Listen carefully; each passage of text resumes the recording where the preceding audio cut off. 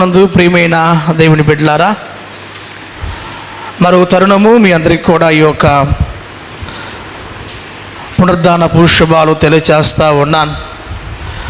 కృపగల దేవుడు మనలను మన కుటుంబాలను ఇంతవరకు ఆయన నడిపించిన దేవుడిగా ఉన్నాడు. ఆయన మనల్ని పోషించిన దేవుడిగా ఉన్నాడు. మనల్ని ఆయన బలపరిచిన దేవుడిగా ఉన్నాడు. దేవుడు చేసిన ప్రతి మేలును బట్టి, ప్రతి ఉన్నతమైన కార్యాలను బట్టి దేవుని నామానికే సమస్త మహిమ ఘనత ప్రభావములు కలుగును గాక. ఆమేన్. హల్లెలూయా. ఒకసారి అందరూ చూద్దాం, రెండు చేతుల పైకెత్తి దేవునికి స్తోత్రం. హల్లెలూయా. చూడండి, పరిశుద్ధ బైబిల్ గ్రంథంలో నుంచి దేవుని వాక్యాన్ని మనం ధ్యానం చేసుకుందాం. యెషయా గ్రంథము 58వ వచన భాగము. యెషయా గ్రంథము 58వ వచనము 11వ వచనాన్ని ఒకసారి మనం ధ్యానం చేసుకుందాం. యెహోవా నిన్ను నిత్యము నడిపించును, క్షామకాలమున ఆయన నిన్ను తృప్తిపరచి నీ ఎముకలను బలపరచును. నీవు నీరు కట్టిన తోటవలెను, ఎప్పుడు ఉబుకుచుండు ఊటవలెను ఉండెదవు. పూర్వకాలము నుండి పాడైపోయిన స్థలములను నీ జనులు కట్టెదరు. చాలండి. ఈ చదవబడిన ఈ లేఖన భాగం మనం చూసుకున్నట్లయితే, ఈ యెషయా గ్రంథము 58వ అధ్యాయము దేవుడు ప్రారంభం నుంచి మనం చూసుకున్నట్లయితే, ఇక్కడ మనం చదువుకున్న ఈ లేఖ భాగం ఏంటంటే, యెహోవా మనలను నడిపిస్తే, ఏమండి, దేవుని యొక్క నడిపింపులో మన జీవితాల కాడి ఉన్నట్లయితే మన జీవితాలు ఎలాగా దీవెనకరముగా, ఆశీర్వాదకరముగా, మేలుకరముగా ఉంటాయో అని ఇక్కడ ప్రవక్త అయిన యెషయా తన మాటలు తెలియచేస్తూ ఉన్నాడు. ఏమండి, మన జీవితాలు ఏమండి దేవుని యొక్క నడిపింపుకు మనము చదువుకున్నాం కదా 105వ కీర్తన. ఈరోజు ఈ 105వ కీర్తనలో వారు దేవుని యొక్క నడిపింపుకు తమ జీవితాన్ని సమర్పించుకున్నారు. అలాగే దేవుడు వారిని విడిచిపెట్టలేదు. వారికి వాగ్దానములు ఇచ్చి దేవుడు ముందుకు నడిపించిన దేవుడై ఉన్నాడు. ఇప్పుడు కూడా ఈ దినాలను కూడా ఏమండి, ఈ 2026వ సంవత్సరంలో గడిచిన 7 నెలలుగా ఆయన మనల్ని నడిపించాడు. ఈ 8వ నెల ఏమండి, ఈ పునరుద్ధాన దినాన ఏమండి మనము కూడా ఎలాగుండాలంటే, దేవుని యొక్క నడిపింపుకు మన జీవితాన్ని కానీ మనం కానీ సమర్పించుకున్నట్లయితే ఏమండి మన జీవితాలు నిశ్చయముగా ఆశీర్వాదకరముగా దేవుని యొక్క వాగ్దాన ఫలాన్ని పొందుకునేవిగా ఉంటాయని చెప్పేసి ఇక్కడ మనకు లేఖన భాగం తెలియచేస్తూ ఉంది. ఏమండి, యెహోవా నిన్ను నిత్యము నడిపించును. నడిపించడమే కాదు కానీ ఆయన ఏం చేస్తాడంట, ఆయన నడిపింపుకు కానీ మన జీవితంలో సమర్పించుకున్నట్లయితే క్షామకాలమున మనల్ని ఆయన తృప్తిపరిచే దేవుడు, మన ఎముకలకు ఆయన బలమిచ్చే దేవుడు, మనల్ని నీరు కట్టిన తోట వలె, ఎప్పుడు ఉబుకుచుండు ఓట వలె మనల్ని ఆయన ఆశీర్వదించే దేవుడుగా అని ఆయన యొక్క పునరుద్ధాన దినాన మనకు వాగ్దానం ఇస్తూ ఉన్నాడు. చూడండి, ఈ యెషయా గ్రంథము 58వ వృత్తాంతము మనం కానీ క్లుప్తంగా మనం కానీ చూసుకున్నట్లయితే, ఈ ప్రారంభంలో మనకు ఉపవాసం గురించి కనబడతా ఉంది. ఏమండి, ఇక్కడ ఇశ్రాయేలులు ఉపవాసం ఉంటా ఉన్నారు, కానీ దేవుడు వారి ఉపవాసాన్ని అంగీకరించలేదు.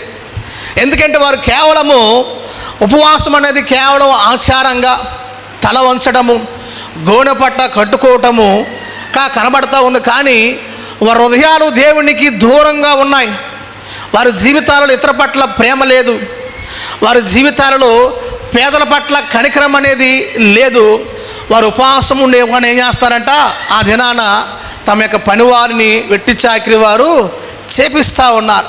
కాబట్టి ఈ వృత్తాంతం అంతా కూడా ఆయన చెప్పి చెప్పి చెప్పి ఇక చివరిగా ఏమంటాడంటే ఆయన మాట్లాడే మాట ఏంటంటే, ఇదిగో ఏమండి మీరు కానీ ఏదంట మీ యొక్క నిజమైన కాడుమాలను మీరు విరగొట్టిన ఎడలా, ఏమండి దిక్కులేని వారికి మీరు ఆదరించిన ఎడలా, ఇవన్నీ చెప్పుకుంటా అప్పుడు నీ వెలుగు మధ్యాహ్నం వెలుగు వలె ఉండును అని మాట్లాడుతూ మనం చదువుకున్న ఈ మాటను ఆయన చెప్పినట్టుగా మనకు కనబడుతూ ఉంది.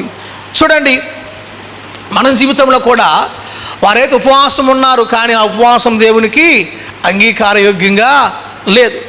ఈనాడు మనము కూడా క్రైస్తవులు అని మనము పేరు పెట్టుకున్నాం, దేవుని బిడ్డలు అని మనము ఏమంటే పిలువబడుతూ ఉన్నాం, దైవికమైన సన్నిధానానికి వస్తూ ఉన్నాం. మంచిదే.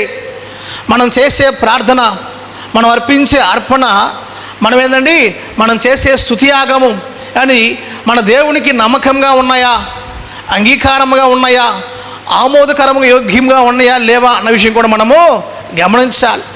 మన జీవితంలో కూడా ప్రేమ, దయ, కరుణ, వాత్సల్యత లేనట్లయితే దేవుని మాట ప్రకారము, వాక్కు ప్రకారము జీవించలేని అనుభవాన్ని మనము కూడా కలిగి ఏమండి ఏదో నామకార్థంగా వచ్చి వెళ్ళిపోతూ ఉన్నట్లయితే ఏదంట మనం చేసే అర్పణ కూడా, మనం చేసే ఆరాధన కూడా దేవునికి అది అంగీకార యోగ్యము కాదు.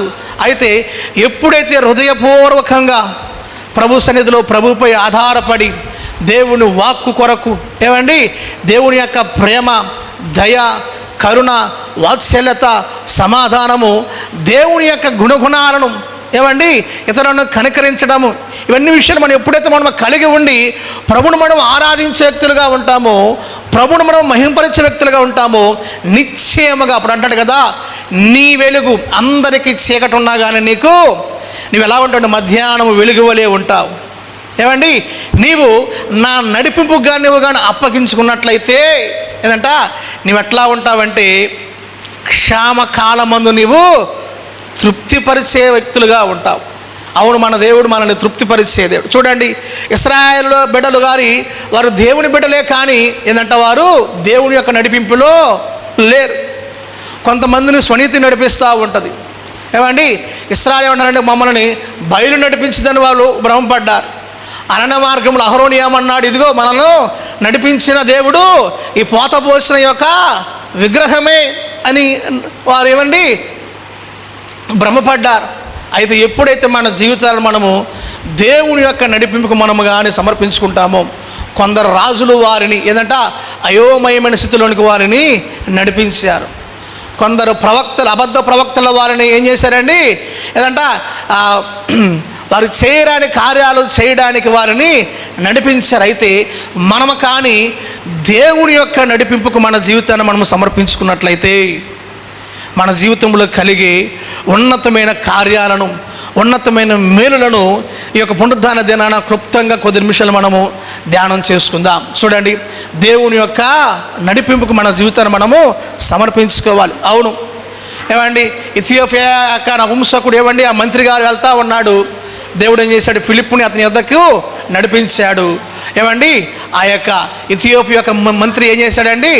రక్షణ పొందుకొని తన యొక్క దేశానికి వెళ్ళినట్లు కనబడతా ఉంది. ఏమండి పౌలును కొన్నిసార్లు అడ్డగించాడు. ఏమంటే నువ్వు ఐరోపాకి వెళ్ళవద్దు, ఆసియాకి నువ్వు వెళ్ళవద్దు అన్నప్పుడు పౌలు ఆసియాకి వెళ్ళకుండా మాసిదోనియాకి వెళ్ళాడు. మాసిదోనియాలో గొప్ప పరిచర్య జరిగింది. పేతురుని కూడా దేవుడు నడిపించాడు. ఏమండి మేడగదిలో ఉన్నప్పుడు ప్రార్థన చేస్తూ ఉన్నప్పుడు ఏమండి నువ్వు వెళ్ళి కొర్నేలి ఇంటికి నువ్వు వెళ్ళాలి అని దేవుడు నడిపించాడు. కొర్నేలి ఇంటికి వెళ్ళినప్పుడు కొర్నేలి కుటుంబము రక్షింపబడింది. దేవుని ఆత్మ బలముగా దిగింది. అలాగే మన జీవితంలో కూడా మనం ఏం చేయాలంటే దేవుని యొక్క నడిపింపుకు అంటే మన జీవితాలు మనం సమర్పించుకున్నట్లయితే మన జీవితాలు, మన కుటుంబాలు కూడా ఆశీర్వాదకరముగా, ఎలాగైతే ఫిలిప్పు ఏమండి ఆ యొక్క ఇథియోపియా యొక్క మంత్రి గారు ఎలాగైతే దీవించబడ్డాడు, కొర్నేలి కుటుంబం ఎలాగైతే దీవెన పొందిన, ఆశీర్వాదం పొందిన కుటుంబంగా ఉందో, ఏమండి ఎందరూ దేవుని ఆత్మచేత నడిపించబడతారో వాళ్ళందరూ కూడా దేవుని యొక్క స్వాస్థ్యమైన జనంగా ఉంటారు, దేవుని యొక్క కుమారులు ఎంచబడతారు. కాబట్టి దేవుని యొక్క నడిపింపుకు, దేవుని యొక్క ప్రేరణకు మన జీవితాన్ని మనం సమర్పించుకున్నట్లయితే మన జీవితంలో మనం పొందుకునే ఉన్నతమైన వాగ్దానాలను, మేలులు మనము చూద్దాం. చూడండి, మొదటగా ఇక్కడ ఏమంటున్నాడండి ఆయన, క్షామకాలమున నీవు ఆయన నిన్ను తృప్తిపరచును. యెషయా గ్రంథం 58:11 క్షామకాలమున. అవును, బైబిల్ లేఖనాలు ఏమని తెలియజేస్తూ ఉందంటే, నీతి కొరకు ఆకలి దప్పులు గలవారు ధన్యులు, వారు తృప్తిపరచబడుదురు. ఏమండి, క్షామము. బైబిల్లో ఈ క్షామం అనే మాట సుమారుగా 100 సార్లు పైన వస్తూ ఉంటుంది. క్షామము అంటే అర్థం ఏంటంటే ఏమండి క్షామం అంటే లేమి, క్షామం అంటే కరువు, క్షామం అంటే కేవలము ఆహారము లేకపోవటమే కాదు. కానీ ఈనాడు మన జీవితాలలో ఎన్నో రకాల క్షామాలు కనబడతా ఉంటాయి, ఎన్నో రకాల లోటులు కనబడతా ఉంటాయి, ఎన్నో రకాల వెలితిలు మన కుటుంబాల్లో కనబడతా ఉంటాయి. అది ఆర్థికపరమైన క్షేమం కావచ్చు, చేతిలో డబ్బులు లేకపోవడం కావచ్చు, శరీరంలో ఆరోగ్యం లేకపోవచ్చు, ఆరోగ్యపరమైన క్షేమం కావచ్చు, సమాధానం క్షేమం కావచ్చు, కుటుంబాలలో ఇళ్లలో సమాధానం లేని మనసులు నిలుపుకోలేని క్షేమం కావచ్చు, ప్రేమ అనే క్షేమం కావచ్చు, ఎవరు నన్ను ప్రేమించడం లేదు అనే భావన, ఒంటరితనం అనే క్షేమం కావచ్చు. ఈ లోకం ఏమంటుందంటే, క్షామకాలమున నీవే కష్టపడాలి, నీ కడుపు నీవే నింపుకోవాలి అని అంటా ఉంటే, దేవుడు ఏమన్నాడంటే, క్షామకాలమున నీవు కానీ నా నడిపింపునకు నీ జీవితాన్ని కానీ సమర్పించుకున్నట్లయితే నేను నిన్ను క్షామకాలమున తృప్తిపరుస్తాను. మన దేవుడు మనల్ని తృప్తిపరిచే దేవుడు. అయ్యా, నీ నడిపింపులో నేను ఉంటాను ప్రభువా, దయతో నీవు నన్ను తృప్తిపరచని మనం కానీ ప్రభువుని కానీ మనం కానీ అడిగినట్లయితే ఆయన ఏం చేస్తాడండి, మనలైనా నిశ్చయముగా మనలైనా తృప్తిపరిచే దేవుడై ఉంటాడు. స్తోత్రం, హల్లెలూయా, హల్లెలూయా. చూడండి, తృప్తి, దేవుడిచ్చే తృప్తి. లేములో ఆయన మనకు అనుగ్రహించే తృప్తిలో దేవుని యొక్క గొప్ప కార్యాలు మనము గ్రహించగలం. ఒకసారి గమనించండి, ఇంతవరకు మనము నడిపించబడ్డాం, పోషించబడ్డాం, క్షేమంగా మనం ఉన్నాం. గల కారణం ఏమంటారు చెప్పండి? మనకున్న దాన్ని బట్ట కాదు, కానీ దేవుడే మనలో ఆయన కాపాడుతున్న దేవుడిగా ఉన్నాడు. స్తోత్రం, హల్లెలూయా. దేవుని నామానికి మహిమ కలుగునుగాక, హల్లెలూయా. కాబట్టి ప్రభునందు ప్రియమైన దేవుని బిడ్డలారా, మనం దేవుని యొక్క నడిపింపుకు కానీ మన జీవితాలు కానీ మనం కానీ సమర్పించుకున్నట్లయితే మనలైన క్షామకాలమున మనల్ని వదిలివేసే దేవుడు కావచ్చు, కానే కాదు. అది ఏ విధమైన కరువు కావచ్చు, అది ఏ విధమైన లేమైనా కావచ్చు, అయితే మన దేవుడు తృప్తిపరిచే దేవుడు. చూడండి, ఒకసారి దేశంలో 3.5 సంవత్సరాలు భయంకరమైన తెగులు, భయంకరమైన కరువు వచ్చింది. కానీ సారేపతు విధవరాలు ఎలాగా పోషించబడింది చూడండి. క్షామకాలమునందు దేవుడు ఆమె కొరకు ఒక ప్రవక్తను ఏర్పాటు చేశాడు. క్షామకాలమునందు దేవుడు ఏం చేశాడు? ఆమె కొరకు ఒక ప్రవక్తని ఏర్పాటు చేశాడు. ఆమె పిండి తగ్గల. ఆమె ఇంట్లో ఉన్న తొట్టిలోని గుప్పెడు పిండి 3.5 సంవత్సరాలు ఆమె తిని తృప్తి పొందడానికి దేవుడు సహాయము చేసిన దేవుడిగా ఉన్నాడు. ఇది మానవ లెక్కల ప్రకారం అసాధ్యం, కానీ దేవునికి సమస్తము కూడా సాధ్యమే. కాబట్టి యెహోవా మాట ఇచ్చిన సెలవేమనగా తొట్టిలో పిండి తగ్గలేదు, బుడ్డిలో నూనె అయిపోలేదు. అవును, క్షామకాలంలో మనము కానీ మొదటగా దేవుడికి ఎప్పుడైతే మనము ప్రాధాన్యత ఇస్తామో, మొదటి స్థానాన్ని మనం ఎప్పుడైతే మనము దేవుడికి మనం ఇచ్చే వ్యక్తులుగా ఉంటామో, దేవుడు ఏం చేస్తాడంటే మన యొక్క స్థానాన్ని, మన తొట్టిని ఆయన ఖాళీ చేయని వాడుగా ఉంటాడు. ప్రభు ఉన్నత బలమైన నామానికి సమస్త మహిమ ఘనత ప్రభావములు కలుగునుగాక, ఆమేన్.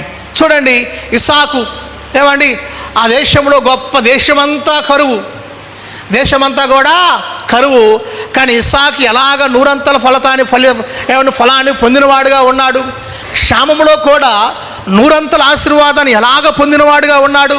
అబ్రహాము దినాల్లో వచ్చిన కరువే ఇస్సాకు దినాల్లో కూడా వచ్చింది.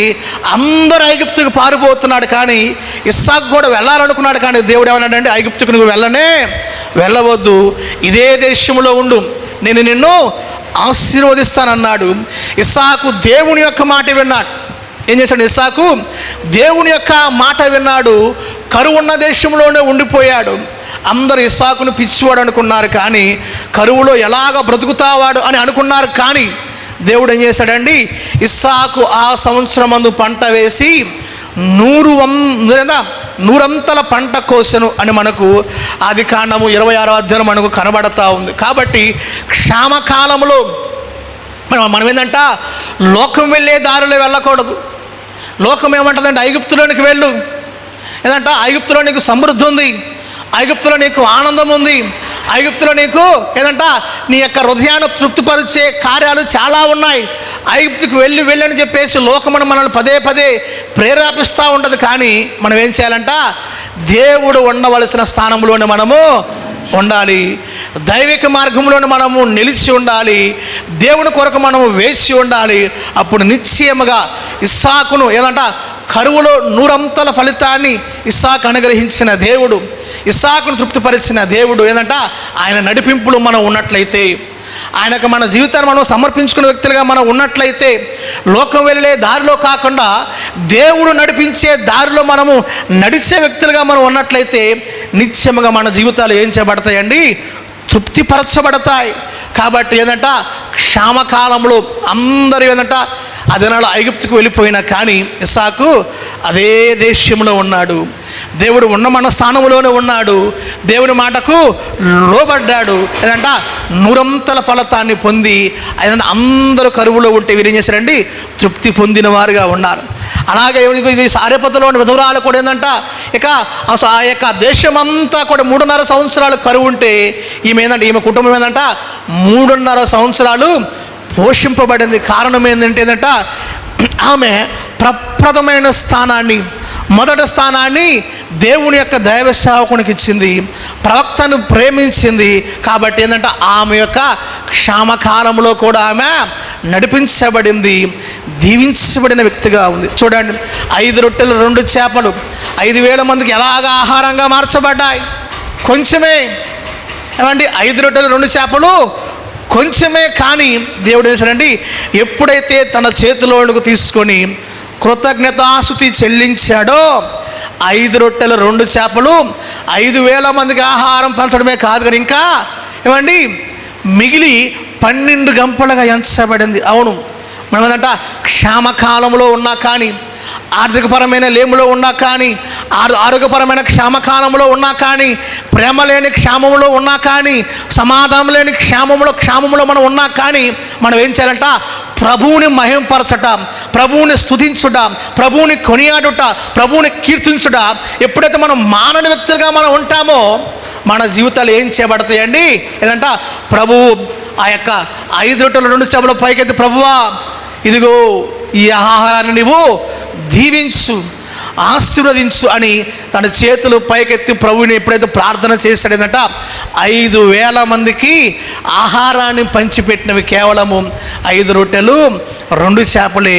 కారణం ఏంటంటే కృతజ్ఞత. కాబట్టి ఇదిగో దేవుని యొక్క నడిపింపుకు మన జీవితాన్ని మనం సమర్పించుకోవాలి. సమర్పించుకున్నప్పుడు ఏమొస్తాయండి, కరువులు వస్తాయి, ఇబ్బందులు వస్తాయి, ఆటంకాలు వస్తాయి, శోధనలు మనకి ఎదురవుతూ ఉంటాయి. కానీ సారెపతి విధవరాలు ఎలాగైతే మొదటి స్థానాన్ని ప్రవక్తకి ఇచ్చిందో, ఏమంటే ప్రవక్తను ప్రేమించిందో, మనము కూడా దేవుణ్ణి, దేవాలయాన్ని, దైవికమైన సన్నిధిని ప్రేమించే వ్యక్తులుగా ఉందాం.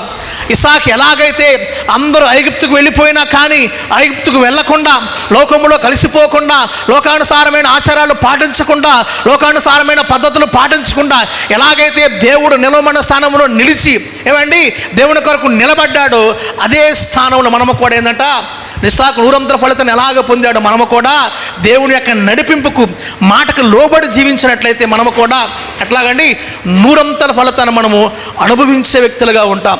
స్తోత్రములు, హల్లెలూయా. ఏంటంట కృతజ్ఞత కలిగిన వారిని క్షామకాలంలో కూడా దేవుడు తృప్తిపరిచే దేవుడై ఉంటాడు. కాబట్టి ప్రభునందు ప్రియమైన దేవుని బిడ్డలారా, దైవ జనాంగమా గమనించాడు. 1877 సంవత్సరంలో హడ్సన్ టైలర్ అనే ఒక వ్యక్తి ఉన్నాడు. ఆయన చైనా దేశంలో గొప్ప పరిచర్య జరిగించాడు. ఆయన చైనాకు వెళ్ళిన దినాలలో చైనా దేశంలో గొప్ప కరువు వచ్చింది. ఏమండి, షంక్షి ఫెమిన్ అనే కరువు వచ్చింది. ఆ కరువుకు సుమారుగా 1,30,00,000 మంది ఆ కరువులో చనిపోయారంట. ఏమండి, 1,30,00,000 మంది చనిపోతే అందరూ అన్నారంటే, అయ్యా హడ్సన్ టైలర్ అని, అయ్యా నువ్వు విదేశీయుడు కదా, మన మిషనరీలు చాలామంది ఉన్నారు, వారు నశించిపోతున్నారు, వారు మరణిస్తున్నారు, మన యొక్క ఇంగ్లాండ్కి మీరు లెటర్ అయిన అన్నప్పుడు ఆయన అన్నాడంట, లేదు నేను మనుషుల వైపు నేను చూసేవాడిని కాదు, కానీ నేను దేవుణ్ణి చూసేవాడిని, దేవుని పైన ఆధారపడేవాడిని ఆయన ప్రార్థన చేస్తూ ఉన్నప్పుడు ఇంగ్లాండ్లోని ఎవరికి తెలియకుండా ఒక విశ్వాసి 2000 పౌండ్లు, అంటే ఆ రోజుల్లో ఇప్పటికి చాలా ఎక్కువే, 2000 పౌండ్లు అతనికి పంపిస్తే ఆ యొక్క ధనము చేత ఏంటంట ఆ యొక్క చైనా దేశంలో మిషనరీల యొక్క ఆకలిని కొన్ని వేల మందిని కరువులో కాపాడబడడానికి కారణం ఏంటంటే అట్సర్ టైలర్ అనే వ్యక్తి మనుషులపై ఆధారపడలేదు, మనుషులు చూసే విధానంగా ఏమండి మనుషులు సహజంగా వెళ్ళే ఆలోచన వెళ్ళలేదు, కానీ దేవునిపై ఆధారపడ్డాడు.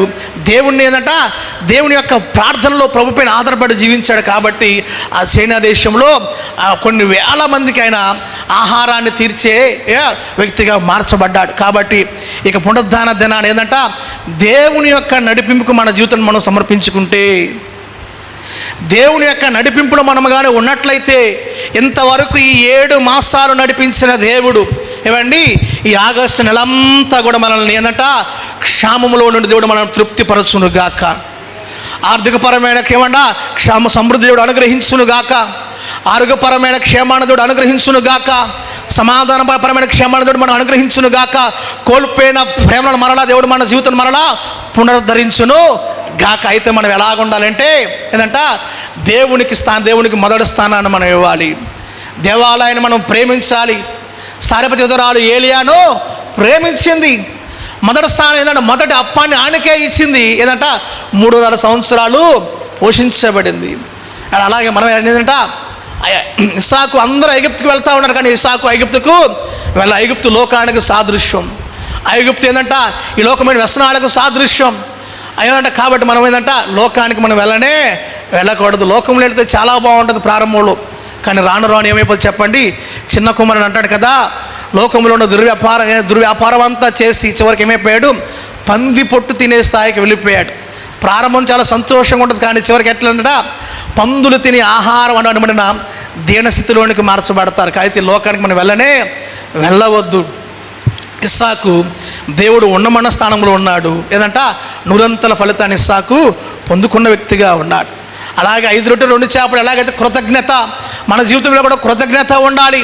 కృతజ్ఞత కలిగిన హృదయాన్ని దేవుడు కోరుక ఉంటా ఉన్నాడు. కాబట్టి కృతజ్ఞత కలిగి మనము జీవించే వ్యక్తులుగా ఉందాం. కాబట్టి కృతజ్ఞత కలిగి ఉందాం. క్షామములో కూడా దేవునికి ఇవ్వటము నేర్చుకుందాం. క్షామకాలంలో కూడా దేవుని మాట మనము నిలబడి మనం ముందుకు వెళ్ళే ఉందాం. కాబట్టి ఈనాడు మన జీవితాలలో ఏమండి ఇశ్రాయేలుని ఎడారిలో మన్నాల చేత నడిపించిన దేవుడు ఏమండి మనం కానీ ఆయన నడిపింపుకు మనం కానీ మన జీవితాన్ని సమర్పించుకున్నట్లయితే మనల్ని కూడా ఈ ఆగస్టు మాసం అంతా కూడా ఈ రానున్న దినాలంతా కూడా ఏంటంట మనల్ని దేవుడు తృప్తిపరచునుగాక, మనల్ని దేవుడు బలపరచునుగాక. ఆమేన్. చూడండి తర్వాత ఆయన నీ ఎముకలను బలపరచును. దేవుని యొక్క నడిపింపుకు మనం కానీ అప్పగించుకుంటే ఏమంటే మొదటగా క్షామకాలంలో మనల్ని తృప్తిపరిచే దేవుడు ఉంటాడు. రెండవది ఏమంటాడండి, నీ ఎముకలో నాయన బలపరుచును. అవును, యెహోవా కొరకు కనిపెట్టుకుని వారు గొప్ప బలాన్ని పొందుతారని ఏమంటే మనకు లేఖనాలు తెలుసు. యెషయా గ్రంథం 40వ అధ్యాయము 31వ వచనం. మన మనిషి యొక్క శరీరంలో 2 రకాల బలాలు ఉన్నాయి. ఒకటి బయటికి కనిపించే బలము, ఒకటి లోపలికి కనిపించే బలము. బయట కనిపించే బలం ఏంటంట కండరాలు, ఏమండి మంచి జిమ్ము, ఏమండి డబ్బు బలము, హోదా బలము, చదువు బలము, పదవి బలము. కానీ లోపల కనబడే బలం ఏంటంటే నిజంగా మన శరీరానికి ఉన్న బలం ఏంటంటే ఎముక లేకపోతే మనం నుంచుంటామా? ఏమండి ఎముక లేకపోతే అసలు ముందుకు నడుస్తామా? ఏమండి ఒకసారి ఏదైనా కాలో ఏమైనా ఇరిగిందనుకో ప్రశాంతంగా ఉంటామో చెప్పండి. అయితే అన్నాడు కదా, ఆయన నీ ఎముకలను బలపరుచును. స్తోత్రం, హల్లెలూయా. వాస్తవానికి ఇక్కడ ఏమన్నాడంటే దేవుడు మనల్ని అంట బయట కాదు కానీ లోపల బలపరిచే దేవుడు, బాహ్యం కాదు కానీ లోపల మన హృదయాన్ని బలపరిచే దేవుడు, మనకు సమృద్ధిని చెందట దృఢమైన విశ్వాసాన్ని ఇచ్చే దేవుడు, దేవుని కొరకు ధైర్యంగా నిలబడడానికి ఆయన సహాయం చేసే దేవుడు. ఇక్కడ ఈ మాట దగ్గర హిబ్రూలో ఏమని రాయబడిందంటే చెల్తాస్ అని రాయబడింది. దానికి అర్థం ఏంటంటే యుద్ధానికి సిద్ధంగా ఉన్న సైనికుడుగా ఆయుధాలు ధరించి బలపరచడం అంటే దేవుడు నిన్ను బలహీనంగా చేసే వ్యక్తి కాదు, దేవుడు నిన్ను బలహీనంగా ఉంచే దేవుడు కాదు. నిన్ను ఒక సైనికుడుగా, నిన్ను ఒక యోధుడుగా, నేను ఒక శక్తి కలిగిన వాడుగా, దృఢము కలిగి నీవు జీవించాలని దేవుడు నిన్ను ముందుకు నడిపిస్తానంటున్నాడు. స్తోత్రం, హల్లెలూయా. ఏదంటే ఎప్పుడంటే దేవుని యొక్క నడిపింపుకు మన జీవితాన్ని సమర్పించుకున్నట్లయితే.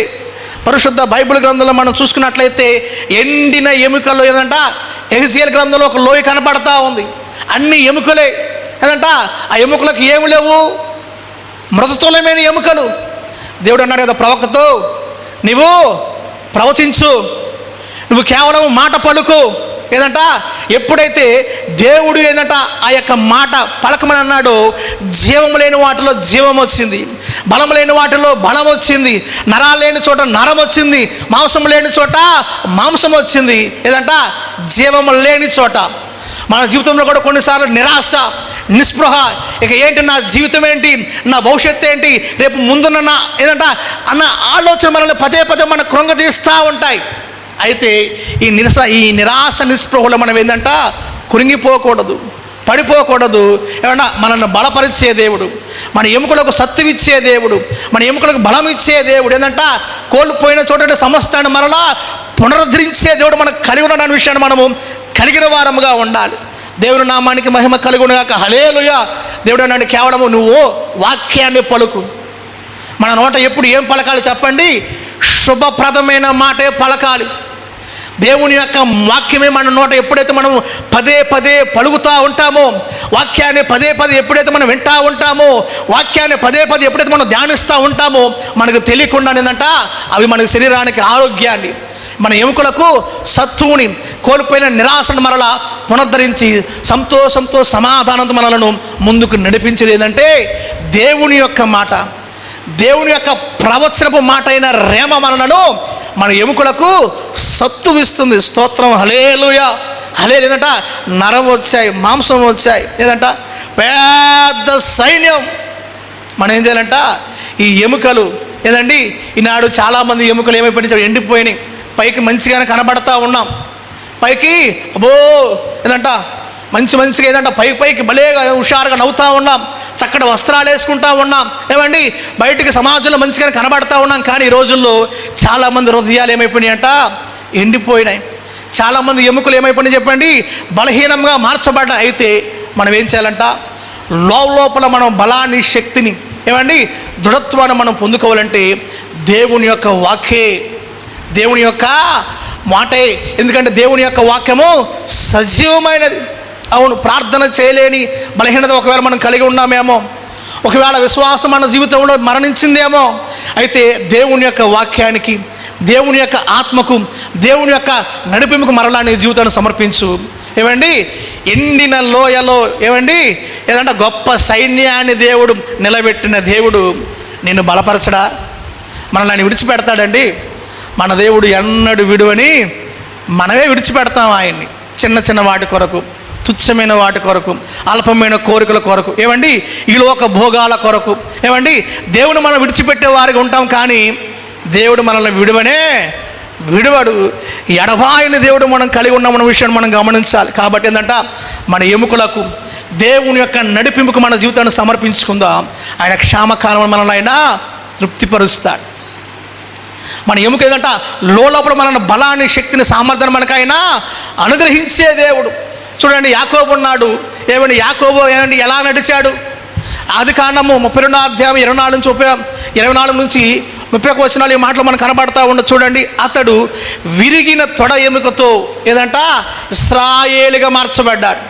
ఒకప్పుడు తన బలం మీద ఆధారపడ్డాడు, తన జ్ఞానం మీద ఆధారపడ్డాడు. ఇదిగో నేను మా అన్నను మోసం చేశాను, మా నాన్న మోసం చేశాను, మా మామను మోసం చేశాను. ఏంటంట తన మోసం మీద, తన యొక్క ఎముకల బలం మీద ఆధారపడి జీవించాడు. అయ్యా నేను అన్నీ ఉన్నా కానీ నిరాశ్రయుడిగా ఉన్నాను, నాకు నా అన్నకు సమాధానం లేదు. ఏదంట నాకు నా భార్యకు ఏదంట ఏకమైన మనస్సు లేదు. నా భార్య పైకి బాగానే ఉంటుంది కానీ ఏదంట అబద్ధములు ఆడతావు. ఏదంటే ఏం చేస్తుందండి, రాహేలు చేసింది ఏదంట తన ఇంటి నుంచి వచ్చింది కానీ విగ్రహాలు తెచ్చుకుంది. ఏంటంట కుటుంబంలో ఏకమాట లేదు. అయ్యా నాకు నా అన్నకు సమాధానం లేదు ప్రభువా, నువ్వు నన్ను నిజముగా దీవించు అంటే దేవుడు దీవించలేదా? కానీ నిజమైన ఆశీర్వాదం ఎప్పుడు వచ్చిందంటే విరిగిన ఎముకలో. ఏమండి అంటే నేనేమన్నానంటే ఇక్కడ ఆయన మన లోపల బలపరిచే దేవుడు, అంతరంగంగా మనకు దృఢమిచ్చే దేవుడు, శక్తినిచ్చే దేవుడు ఎప్పుడంటే మనము ఆయన నడిపింపునకు మనము మన జీవితాన్ని సమర్పించుకున్నట్లయితే. చూడండి, యాకోబు జీవితంలో కూడా రాత్రంతా పెనుగులాడాడు. అసలు రాత్రంతా ప్రభుత్వం మాట్లాడే అనుభవం మనకుందా? అయ్యా నన్ను బలపరచయ్యా, నన్ను దృఢపరచయ్యా, అయ్యా నా హృదయాన్ని, అయ్యా నాకు శక్తిని నేను మనం రాత్రంతా కూడా పెనుగులాడే అనుభవాన్ని కలిగి ఉండాలి. శరీరంలో బలమైనది ఎముకే, కానీ ఏదంట ఆ ఎముక బలహీనమైన కానీ దేవుని యొక్క మాట కొరకు. చూడండి అక్కడ రాస్తాడు కదా, కొన్నిసార్లు దేవుడు మన బలాన్ని ఎరగొడతాడు. కొన్నిసార్లు మనకి ఎవరైతే బలం అనుకుంటామో ఆ బలం మనకు దూరం అయిపోదు. ఏమండి మనం ఒకరి మీద ఆధారపడతాం, వీడు నాకు సహాయం చేస్తాడులే, వీడు నాకు లేవనెత్తుతాడులే, ఏదంట కొన్ని ఆట మీద మనం ఎప్పుడైతే మనం ఆధారపడతామో దేవుడు ఏం చేస్తాడండి, ఆయనపై ఆధారపడి జీవించడానికి వాటిని తొలగిస్తాడు. కాబట్టి మన బలం ఏమండి, మన సొంత బలం ఇరిగిపోతేనే మన జీవితంలో దేవుని యొక్క బలం అనేది ఏదంట పనిచేస్తూ ఉంటుంది. అందుకని మన స్వబుద్ధిని ఆధారం చేసుకోకూడదు, కానీ పూర్ణంగా దేవునికి మన మనసును మనము సమర్పించే వ్యక్తులుగా ఉండాలి. స్తోత్రం, హల్లెలూయా. అందుకని పౌలు అంటాడు కదా, నేనెప్పుడు బలహీనుడునో అప్పుడే నేను బలవంతుడను. ఏమండి అప్పటి వరకు ఏంటంట చక్కగానే నడిచాడు, కానీ యాకోబు ఎప్పుడైతే కర్ర మీద ఆనుకొని నడుస్తూ ఉన్నాడో, ఏమండి కర్ర మీద ఆనుకొని అతడు ఎప్పుడైతే నడుస్తూ ఉన్నాడో, ఏంటంట తన బలం కాదు కదా ప్రభువా నీవు నన్ను బలపరచు, నేను నీ నడిపింపుకు నేను ఆధారపడతా ఉన్నాను, నీకు నా జీవితాన్ని సమర్పిస్తాను ప్రభువా, నీ నడిపింపు నా జీవితంలో దయచేయని ఎప్పుడైతే ఏదంటే మనం ఆధారపడతా ఉంటామో, ఏదండి యాకోబును ఇశ్రాయేలుగా మార్చిన దేవుడు ఏమండి క్షామకాలంలో మనల్ని తృప్తిపరిచి లోపల ఉన్న మన బలహీనతలను, మన వేదనను, మన దుఃఖాన్ని, మన నిరాశను, మన నిస్పృహను తొలగించి మనల్ని దృఢముగా ఏమంటే చేసే గొప్ప దేవుని మనము ఆరాధిస్తున్న విషయాన్ని మనం మరువని వారముగా ఉండాలి. స్తోత్రం, హల్లెలూయా. దావీదు జీవితంలో ఎన్నో కృంగిపోయిన సందర్భాలు ఉన్నాయి. అంటాడు కదా 6వ కీర్తన 2వ వచనంలో, యెహోవా నా ఎముకలు అదురుచున్నవి, నన్ను బాగు చేయి. కీర్తన 31వ అధ్యాయం 19వ వచనం అంటాడు కదా, నా దుఃఖము చేత నా బలము క్షీణించెను, నా ఎముకలు క్షీణించిపోయెను. ఎప్పుడండి? పాపము చేసినప్పుడు. సౌలు అతన్ని తరుముతా ఉన్నప్పుడు, అతడు కుమారుడైన అబ్షలోము అతని మీదకి తిరుగుబాటు చేసినప్పుడు దావీదు తన హృదయంలో ఎంతో కృంగిపోయాడు. అవును, మన జీవితంలో కూడా ఏదైనా కానీ ఇంకా దేవుడికి అవిధేయమైన ఏమండి భారం ఏదైనా ఉందనుకో, ఆయనకు ఆయాసకరమైన ఇంకా ఏదైనా ఉందనుకో, పైకి బాగానే ఉంటాం కానీ లోపల సంతోషంగా ఉండలేం, దేవునితో సమాధానం కలిగి ఆయన మనము వెంబడించలేం. ఒకప్పుడు బాహ్యంగా సౌలు ఆయన తరుగుతూ ఉన్నాడు. ఏమండి కుమారుడైన అబ్షలోము కూడా ఎన్నో శ్రమలు, ఎన్నో ఇబ్బందులు. అంటే దావీదు అయ్యా ఎదురైనా కానీ, అయ్యా నా ఎముకలు నన్ను ఏదంటే నా లోపల క్షీణిస్తూ ఉన్నాయి, కాబట్టి నువ్వు నాకు సహాయం చెయ్యి. దావీదును బలపరిచిన దేవుడు. ఏంటంటే దావీదు ప్రతి విషయంలో కూడా తన సంగతి అంతా దేవుడు చెప్పుకునేవాడు. ప్రభువా నేను నీ నడిపింపులో ఉండాలి, నీ చిత్తంలో ఉండాలి, నీ హృదయాన్ని అనుసరించి నేను నడవాలయ్యా అని తన జీవితాన్ని సమర్పించుకున్నాడు. దావీదుని ఏం చేశాడంటే దేవుడు పెక్కుమందిగా చేశాడు. దావీదులో నుంచి ఏంటంటే ఎవరు వచ్చారంట, దావీదు కుమారుడైన ఈ లోక రక్షకుడు మన ప్రభువైన యేసుక్రీస్తు లోకానికి ఉద్భవించిన వాడై ఉన్నాడు. దేవుని ఉన్నత నామానికి మహిమ కలుగునుగాక, హల్లెలూయా. కాబట్టి ఈ పునరుద్ధాన దినాన ఏంటంట ఆయన మన ఎముకలను ఆయన బలపరిచే దేవుడు. దేవుని యొక్క వాక్యం ద్వారా మనము బలపరచబడాలి. దేవుని యొక్క పరిశుద్ధాత్మ చేత మనము బలపరచబడే వ్యక్తులుగా ఉండాలి. శ్రమను మనం బలపరుస్తాయి. శ్రమను మనం కృంగిపోవడానికి కాదు, కానీ దేవునిలో బలవంతులుగా శక్తివంతులుగా మారడానికి లేదంటే శ్రమను మనల్ని బలపరిచేవిగా ఉంటాయి. యాకోబు తొడ ఎముక విరిగితే అతడు ఇశ్రాయేలు అయ్యాడు. ఏంటంట మనము దేవుని మన బలం మీద కాదు, కానీ దేవుని యొక్క చిత్తం మీద, దేవుని యొక్క బలం మీద ఎప్పుడైతే మనం ఆధారపడి మనం జీవిస్తూ ఉంటామో దేవుడు నిశ్చయముగా మన జీవితాలను కూడా కృంగిపోయిన మనల్ని ఆయన లేవనెత్తే దేవుడు, మనల్ని బలవంతునిగా, ఒక సైనికునిగా, ఒక యోధునిగా మన అంతరంగాన్ని ఆయన మార్చే దేవుని మనం కలిగి ఉన్నామని మనం మరువని వారముగా ఉండాలి. స్తోత్రం, హల్లెలూయా. 3వదిగా ఒక మాట ఉంది, క్లుప్తంగా చెప్పుకోవడం ముగించుకుందాం. ఏమండి నీవు నీరు కట్టిన తోట వలె ఉండుదువు. ఏదంట దేవుని నడిపింపులో ఉంటేనండి దేవుని యొక్క నిజమైన ప్రేమ, దేవుని యొక్క వాత్సల్యము, నిజమైన కరుణ, ఏమండి దైవికమైన లక్షణాలు మన జీవితంలో కూడా కనబడితే ఏమండి మన జీవితాలు ఎలాగుంటాయంట? క్షామకాలంలో తృప్తి, ఏమండి మన ఎముకలకు సత్తు, అంటే అంతరంగంలో మన యొక్క ఆయన మనల్ని బలపరిచేది. ఇంకేమన్నాడంట? నీరు కట్టిన తోట. అసలు ఈ మాట చదువుతున్నప్పుడు నాకు భలేగా అనిపించింది. ఎట్లా అంట? మనలో ఒక చెట్లా చేస్తానంటలా, ఒక వృక్షంలో చేస్తానంట. ఎట్లా అన్నాడు? ఒక తోటలాగా చేస్తానంటున్నాడు. అబ్బా, ఏదంటే ఒక తోటగా మన జీవితాలు మార్చబడాలంటే మనం ఏం చేయాలి? తోట వల్ల ఫలభరితంగా నీవు, మన కుటుంబం, మన బిడ్డలు ఉండాలంటే మనం ఏం చేయాలంట? దేవుని యొక్క నడిపింపుకు మన జీవితాన్ని మనము సమర్పించుకోవాలి. ఎడారిలో నీరుండదు, ఎవరు ఉండరు, పండ్లు ఉండవు, ఏమండి నీడ ఉండదు. కానీ తోటలో నీరు సమృద్ధిగా, నీరు కట్టిన తోట. అందరూ తోటలోకి రావాలనుకుంటారు, ఏమండి పండ్లు ఉంటాయి, నీడ ఉంటుంది. అలాగే దేవుడు మనతో ఉన్నాడు కదా, నీవు ఎడారిలా కాదు కానీ నీరు కట్టిన తోట వలె ఎప్పుడు మార్చబడతావంటే నన్ను ఆశ్రయించినప్పుడు, నన్ను వెతకినప్పుడు, ఏంటండి నీ జీవితాన్ని నాకు నా నడిపింపుకు నువ్వు అప్పగించుకున్నప్పుడు మనం ఎలా ఉంటామంటే నీరు కట్టిన తోట వలె మన జీవితాలు మార్చబడును గాక. ఆమేన్. దేవుడు ఒకసారి ఒక తోట నాటాడు. అది ఏ తోట అండి? ఏదేను తోట. ఏదేను తోటలో ఏమండి ఆదాము వాళ్ళని ఏం చేశాడండి? దేవుని సన్నిధి వారికి తోడుగా ఉంచాడు. ఆ యొక్క తోటలో నది పారుతా ఉంది, సమస్త వృక్ష ఫలాలు ఉన్నాయి. దేవుడికి ఒకే ఒక్క బాధ్యత అప్పచెప్పాడు. ఏం చెప్పాడంట? దానిని సేద్యపరచు. ఏదేను తోట వంటి అనుభవాన్ని మనం కలిగి ఉండాలంటే మనం కూడా ఏదంట? సేద్యపరచాలి. దేన్ని సేద్యపరచాలి? మన హృదయాన్ని సేద్యపరచాలి. అయ్యా ఈ హృదయాన్ని నువ్వు సేద్యపరచవా? అయ్యా ఇది ఎండిన భూమి, దీనిలో ప్రభువా నీ నీరు అనబడిన వాక్యాన్ని నాలుగు ఇవ్వా, నీ పరిశుద్ధాత్మ చేత నీవు నన్ను ముందుకు నడిపింపవా? అయ్యా నేను నీ నడిపింపుకు నా జీవితాన్ని సమర్పించుకోవడం, నన్ను నా కుటుంబాన్ని ఏంటంట నా పరిచయం నువ్వు నీరు కట్టిన తోట వల్లే ఫలభరితంగా చేయవా? ఏమండి మన దేవుడు మనం అడిగితే ఏదైనా చేసే దేవుడే, కానీ ఏంటంట చిన్నవే ఉంటాయి. ఏదంట మనము ఆయన నడిపింపునకు మన జీవితాన్ని సమర్పించుకోవాలి. దేవుని యొక్క నిజమైన ప్రేమ హృదయపూర్వకంగా ఆయన పైన ఆధారపడాలి. మన బలం మీద కాదు కానీ దేవుని బలం మీద మన జీవితాన్ని మనము ఆధారపడి ముందుకు జీవించాలి. స్తోత్రం, హల్లెలూయా. ఏమండి ఏదేను తోటలో ఎలాగైతే ఏంటంట పచ్చగా ఉందో, ఏమండి నదులు ప్రవహిస్తున్న దేవుడు మన హృదయంలో కూడా జీవజల నదులు ప్రవహింపచేయునుగాక, మనల్ని వృద్ధి చేయునుగాక, మన కుటుంబాలను దేవుడు దీవించునుగాక, పరిచరణ దేవుడు దీవించునుగాక, మన జీవితంలో ప్రతి క్షామాన్ని దేవుడు తీసివేసి తృప్తిపరచునుగాక, దీర్ఘాయువు చేత తృప్తిపరచునుగాక, ఆరోగ్యం చేత తృప్తిపరచునుగాక, సమాధానం చేత తృప్తిపరచునుగాక, ప్రేమ చేత ఐక్యత చేత దేవుడు మనలో మన కుటుంబాలను తృప్తిపరచునుగాక.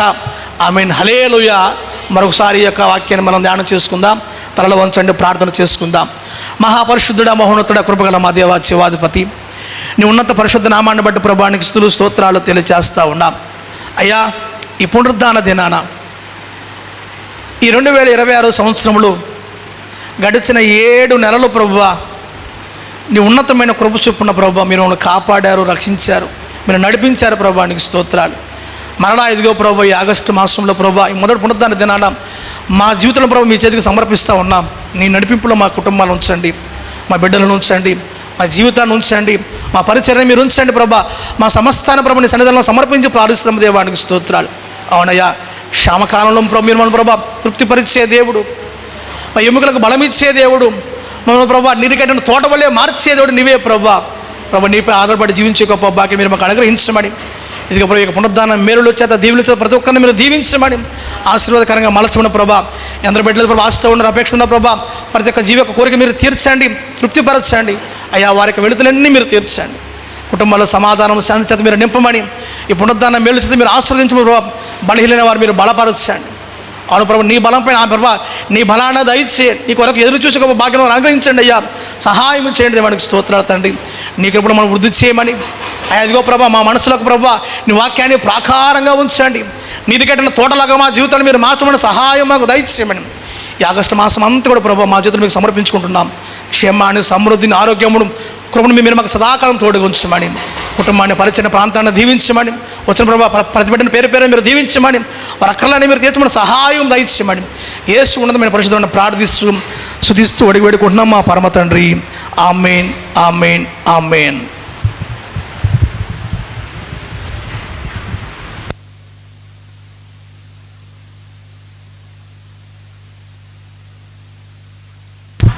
మన పరమ తండ్రి అయిన దేవుని ప్రేమ, కుమారుడైన యేసుక్రీస్తు వారి కృప,